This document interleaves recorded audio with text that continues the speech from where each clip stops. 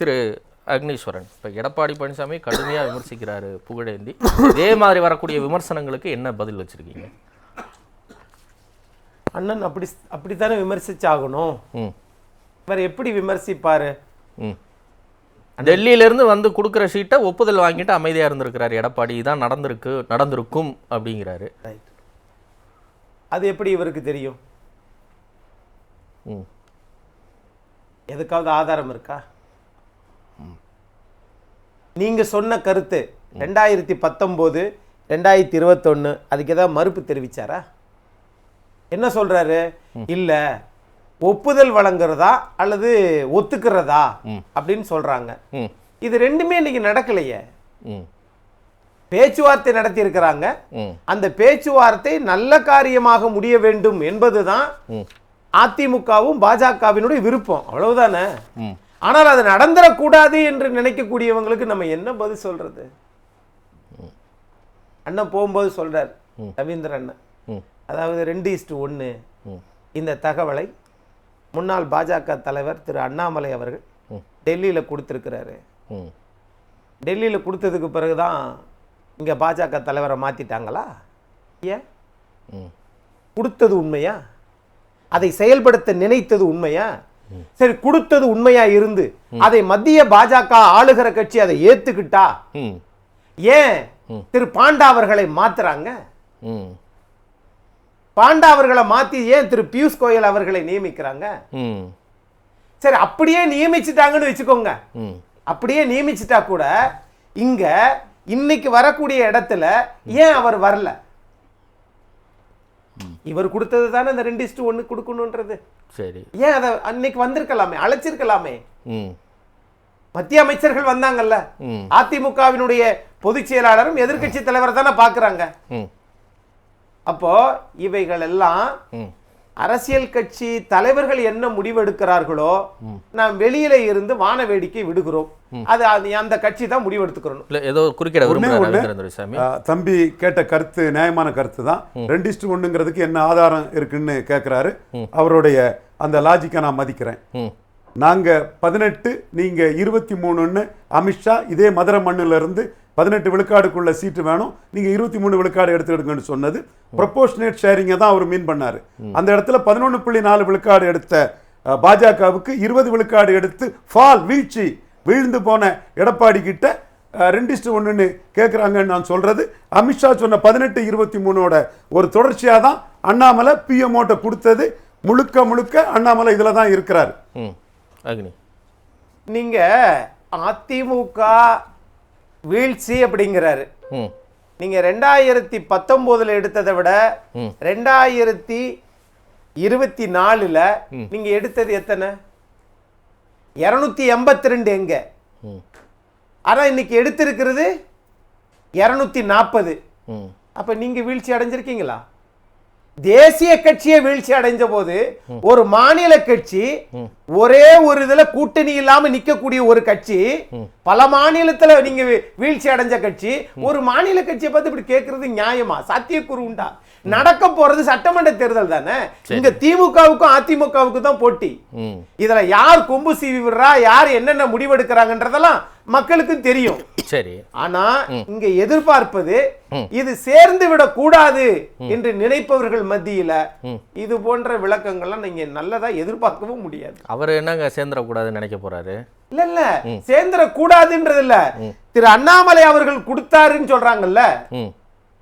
அப்படின்னா இது இந்திய நாட்டினுடைய உள்துறை அமைச்சர் சொன்னாருன்னு சொல்றாருல. சொன்னாரு. வீழ்ந்த கட்சியோட ஏன் நீங்க வந்து கூட்டணி வச்சீங்கன்ற கேள்வி அப்புறம் அவங்க கேட்பாங்கல்ல, அது இங்க முக்கியம் இல்ல. நடக்க போற சட்டமன்ற தேர்தல்ல கூட்டணி கட்சிகள் ஒருங்கா ஒருமித்த கருத்தா இருக்கிற போது, இல்ல பாட்டாளி மக்கள் கட்சி என்ன முடிவு எடுக்கிறாங்க, திரு டிடிவி தினகரன் என்ன முடிவு எடுக்கிறாரு, இதையெல்லாம் பேசி தீர்க்க வேண்டிய இடத்தில் தான் இரண்டு கட்சிகள் இருக்குது. இல்ல இன்னைக்கு தேதிக்கு உங்க கூட்டணியில அதிகாரப்பூர்வமா இருக்கிற கட்சிகள் எத்தனை இருக்கிறாங்க? அதிகாரப்பூர்வமா இருக்கிற கட்சி பாஜக, அதிமுக. ஆமா, அப்புறம் அப்புறம் அப்புறம் இத்தனை கட்சிக்கு ஒரு தொகுதி பங்கீடு பட்டியல் கொடுத்தீங்கன்னா அது எப்படி நியாயமா இருக்கும்? எதுக்கு தொகுதி பங்கீடு? யாரு கொடுத்தா? நீங்க கொடுக்கல. யாரு கொடுத்தா? எடப்பாடி பழனிசாமி பியூஷ் கோயல்கிட்ட கொடுக்கல. நீங்க பேசும்போதே சொன்னீங்க ஆதாரமற்ற தகவல்னு சொல்லிட்டீங்க. ஆதாரமற்றதுன்னா சொல்லவே முடியாது, அதிகாரப்பூர்வமற்றதுன்னு சொன்னேன். அப்ப ரெண்டு ஒண்ணுதான். ஆதாரம் இல்ல அதிகாரம் இல்ல சார், அதிகாரப்பூர்வமற்றதுன்னா என்ன, ஆதாரப்பூர்வமற்றது? சரி, அப்ப நான் பேச தொடங்கும் போதே அதை நீங்க மறுத்திருக்க வேண்டியதானே? நீங்க ஆரம்பிக்கும் போதே தலைப்புல சொல்லுகிற போது நான் மறுக்க கூடாது. என்ன இது அடே, என் டர்ன் வரும்போது அதை நான் பேச முடியும். இல்ல தெளிவா பதில் சொல்றீங்க. சரிங்க சரிங்க, நான் கேக்குறேன். ஒரு நிமிஷம் இருங்க. நீங்க சொல்ற மாதிரி பியூஷ் கோயல் அவர்களோ அல்லது அதிமுகவின் பொதுச் செயலாளரோ பத்திரிகையாளர் சந்திச்சாங்களா? அல்லது பத்திரிகையாளர் தான் உள்ள இருக்கிற போது இது நடந்ததா? சரி, ஒரு பேச்சு கேக்குறேன். பிற்பகல்ல இருந்து தகவல் சுத்திக்கிட்டு இருக்குல்ல, மறுக்க வேண்டியதானே? அது ஏன் மறுக்கணும்ன்ற? ஏன் மறுக்கல? மத்ததெல்லாம் உங்களை பத்தி தவறான தகவல் வந்தா மறுக்க தெரியுது. இப்ப அண்மையில அதுதானே வந்துகிட்டு இருக்கு. இருக்கட்டும், தவறான தகவலை வெளியில விடுறது தானே நமக்கு சில பேருடைய அரசியலா இருக்கிற போது எல்லாத்துக்கும் வந்து அந்த தவறான தகவல் உங்க கேம்ப்ல இருந்து உங்க முகாம்ல இருந்து தான் வருதுன்னா என்ன பண்ண முடியும்? அப்படி என்ன ஆதாரம் இருக்கு? எங்க இருக்குது? தலைவர்கள் பேசவே இல்லையே. விமான நிலையத்தில் திரு பியூஷ் கோயல் சொன்னாரா? அல்லது அதிமுகவின் பொதுச் செயலர் திரு எடப்பாடி அவர்கள் சொன்னாரா? இன்னொன்னு, அண்ணன் போகிற போது இவர் விரித்த வலையில் இவரே விழுந்து விட்டார். என்ன? அண்ணன் ரவீந்திரன் அவர்கள் என்ன விழுந்தாரு? அதாவது முன்னாள் முதலமைச்சர் மரியாதைக்குரிய ஓபிஎஸ் அவர்கள் பாரத பிரதமரை பார்த்தால் பாக்கியம் என்று சொன்னார்.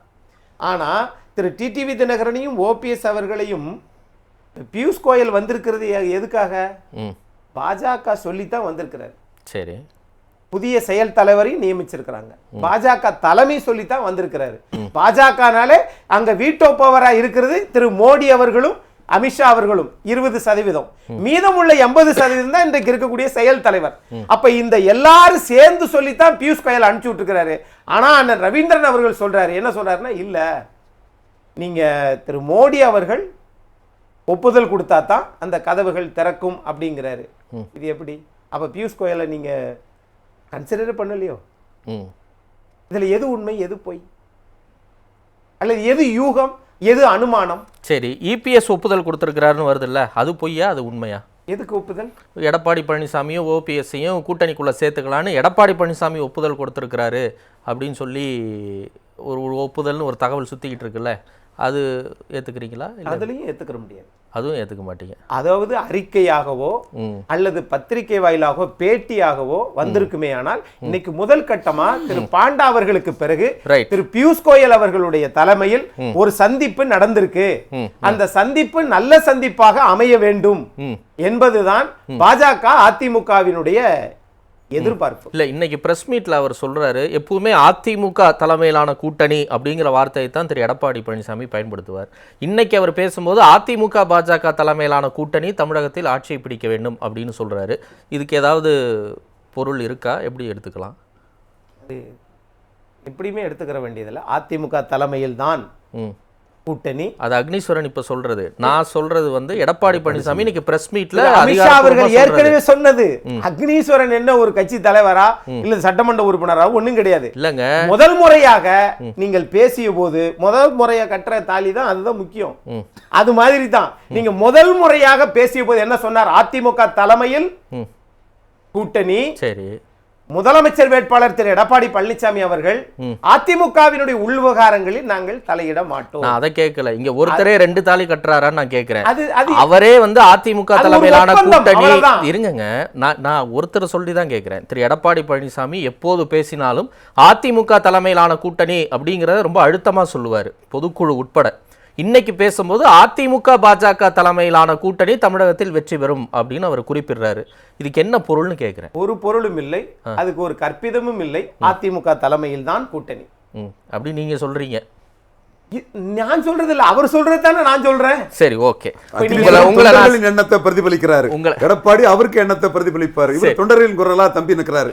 உங்களை சங்கடப்படுத்த விரும்பல, நான் வரேன். எனக்கு ஒரு சங்கடமும் இல்ல.